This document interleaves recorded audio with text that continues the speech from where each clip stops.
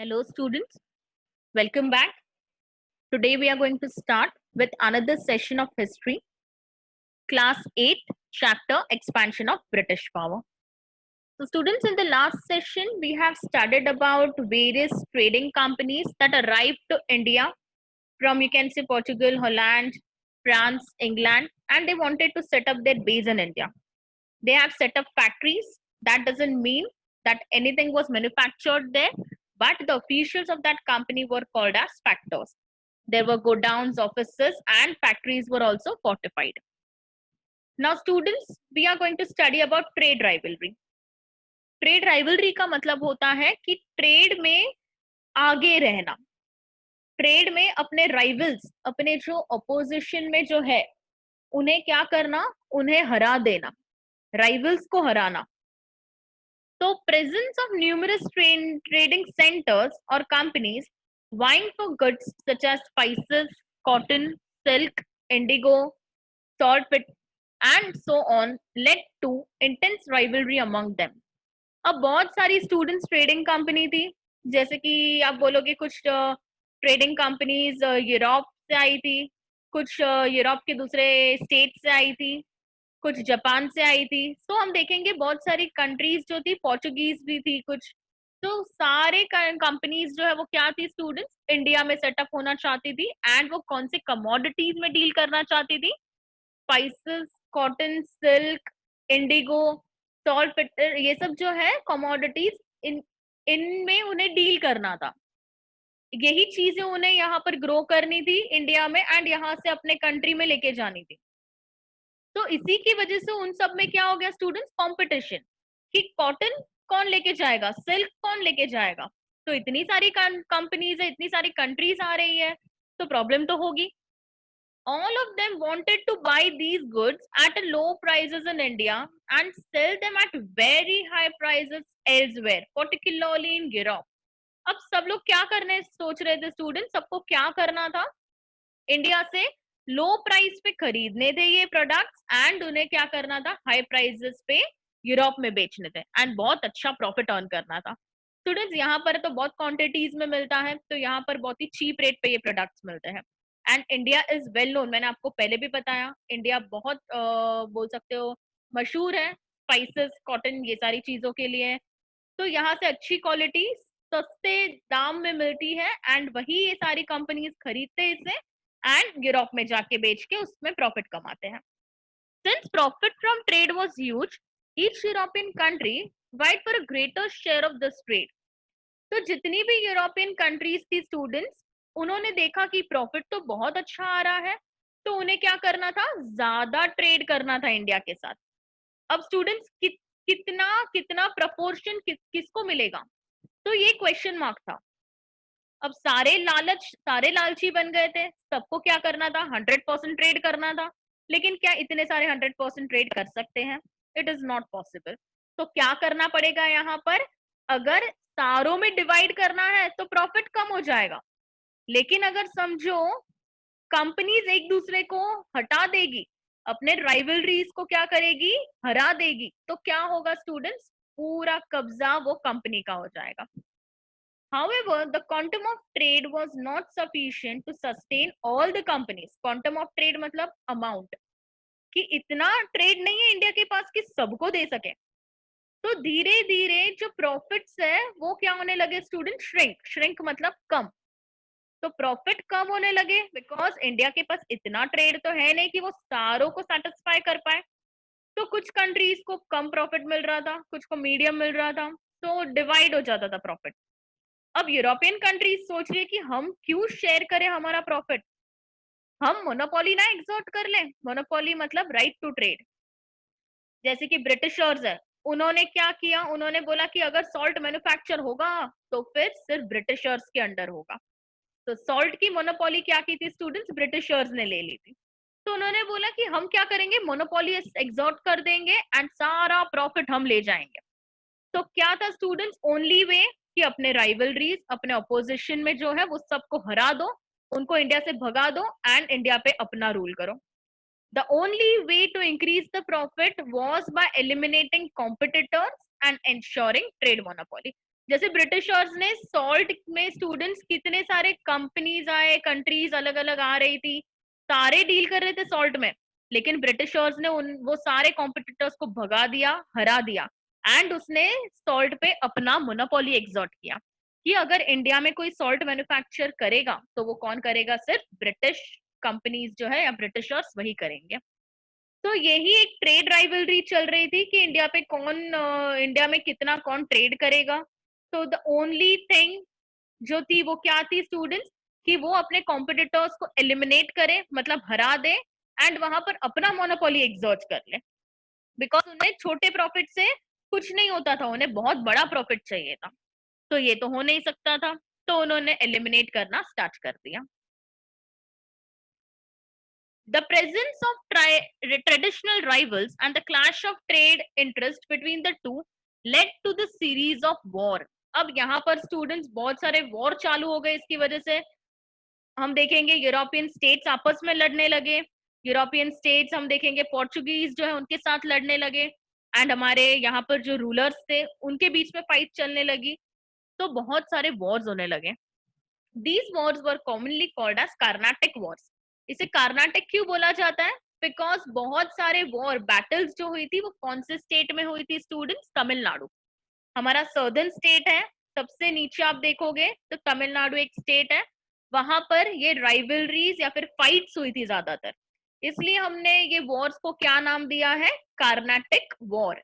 इसे आप ऐसा भी स्पेल होता है KARNATIC एंड CARNATIC भी बोलते हैं। तो ये वॉर्स जो है हम देखेंगे कि कौन ट्रेड करेगा कौन नहीं करेगा, ये सब राइवलरीज में वॉर चालू हो गए, एंड यही वॉर्स को क्या बोला जाता है? कार्नाटिक वॉर्स। व्हाई? बिकॉज ज्यादातर बैटल्स या फाइट कहाँ हुई थी? तमिलनाडु में हुई थी। The English and the French clash thrice in the Carnatic. अब फ्रेंच आ रहे थे एंड इंग्लिश, मतलब ब्रिटिशर्स एंड यूरोप के, ये दोनों आए, दोनों कंपनीज लड़ रही है कि भाई इंडिया में हम ट्रेड करेंगे। फ्रेंच बोलती है कि इंडिया में हम करेंगे, इंग्लिश बोलेंगे हम करेंगे ट्रेड। तो दोनों के बीच में 3 बार वॉर हुए स्टूडेंट्स, तीनों टाइम वॉर हुए यहाँ पर। The Wars lasted for nearly 20 years। India पे रूल करने के लिए, इंडिया से ट्रेड करने के लिए 20 साल तक सारे कंट्रीज या फिर बोल सकते हो स्टेट्स जो है वो लड़ते रहे।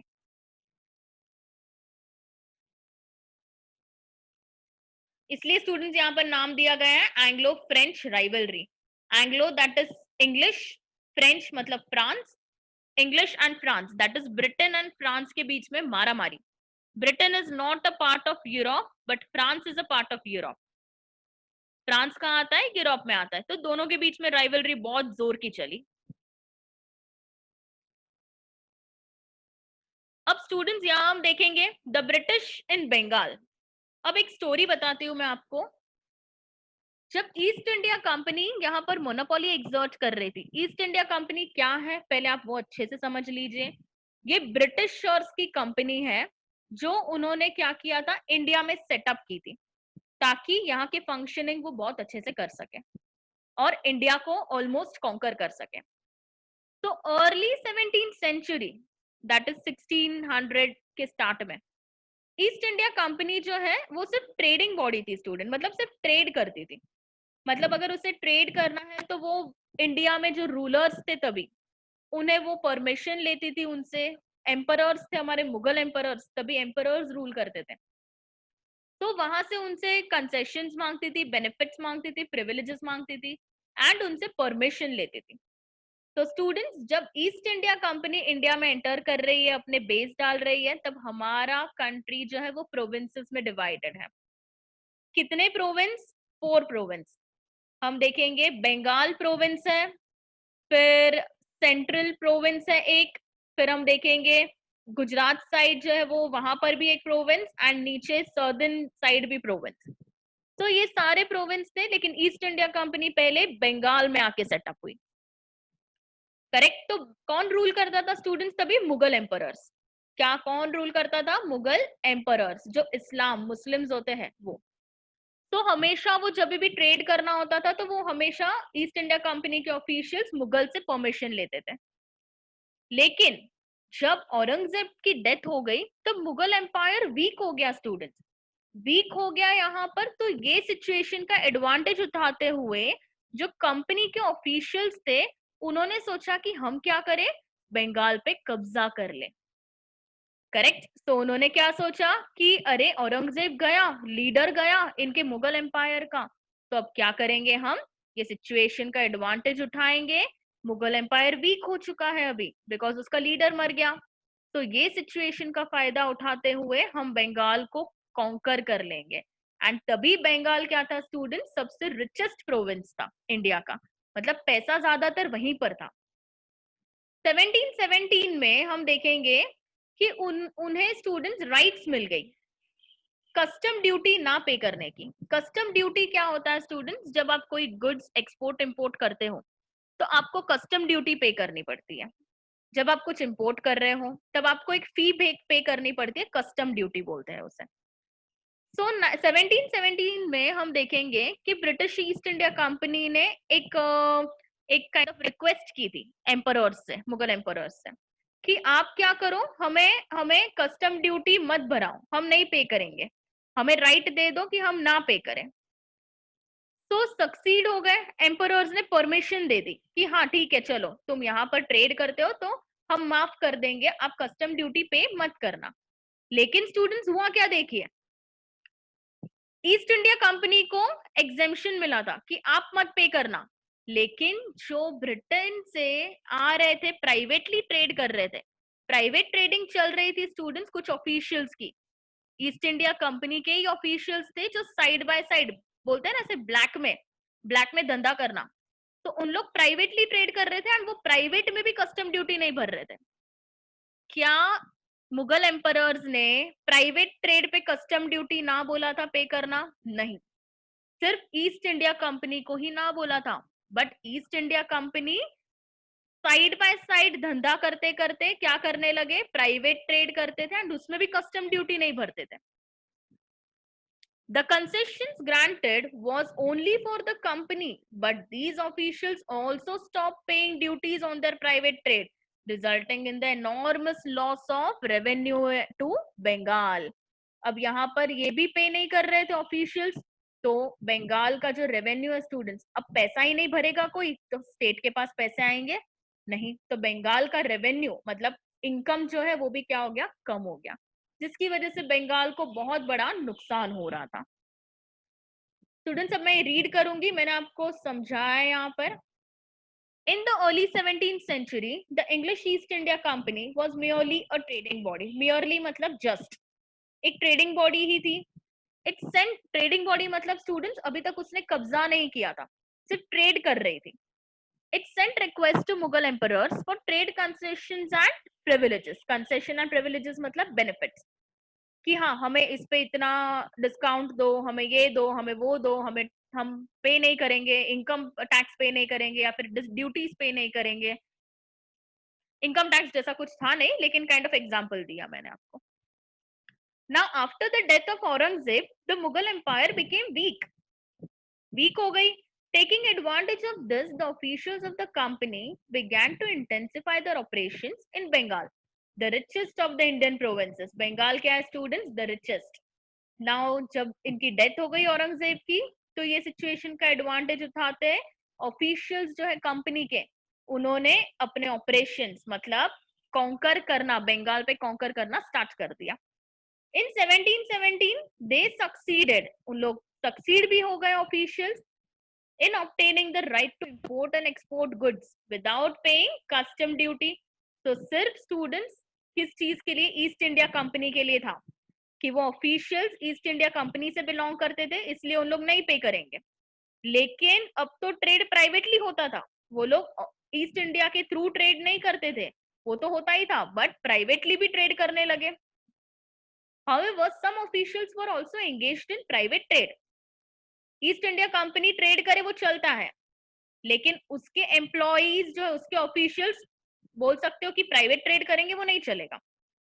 The concessions granted was only for the company, कि भाई हाँ आप ड्यूटी पे मत करो, वो सिर्फ कंपनी के लिए था।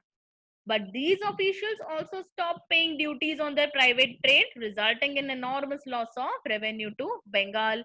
But जो officials थे उन्होंने तो प्राइवेट ट्रेड पे भी ड्यूटीज पे करना स्टॉप कर दिया, मतलब बोल सकते हो पेमेंट करना स्टॉप कर दिया, जिसकी वजह से बंगाल को टोटल लॉस हुआ. The conflicts between the Nawabs of Bengal and the company intensified in the first half of the 18th century. अब यहाँ पर हम देखेंगे स्टूडेंट्स, तो मुगल एम्परर्स चुप बैठेंगे? नहीं बैठेंगे. क्यों बैठे? एक तो ईस्ट इंडिया कंपनी कहीं और से आ रही है एंड फिर क्या कर रही है, बंगाल में आके फालतूगिरी कर रही है, तो ये तो गलत है. तो फाइट चालू होने लगी किसके बीच में, east India company and Nawab of Bengal. अब वो टाइम पे स्टूडेंट्स कौन थे नवाब? Bengal at this time was ruled by Murshid Ali Khan, Sajauddin and Ali Vardi Khan. तो ये तीन पर्सनालिटीज क्या कर रही थी, बंगाल पे रूल कर रही थी. They tried to keep the officials of the company in check. मतलब वो क्या करती थी, कंपनी के ऑफिशियल्स पे हमेशा नजर रखती थी कि इनका नेक्स्ट स्टेप क्या है, ये क्या कर रहे हैं और क्या नहीं कर रहे हैं. Alivardi Khan had led two conditions which the company had to obey or lose its rights to trade in Bengal. अब अलीवर्दी खान को बहुत गुस्सा आया स्टूडेंट्स, एम्परर ऑफ बंगाल, उसे गुस्सा आया. उसने कंपनी को बोला कि तू मेरी दो चीजें, दो कंडीशन मान. अगर तुमने मेरी दो कंडीशन मान ली तो ही मैं तुम्हें बंगाल में ट्रेड करने की परमिशन दूंगा.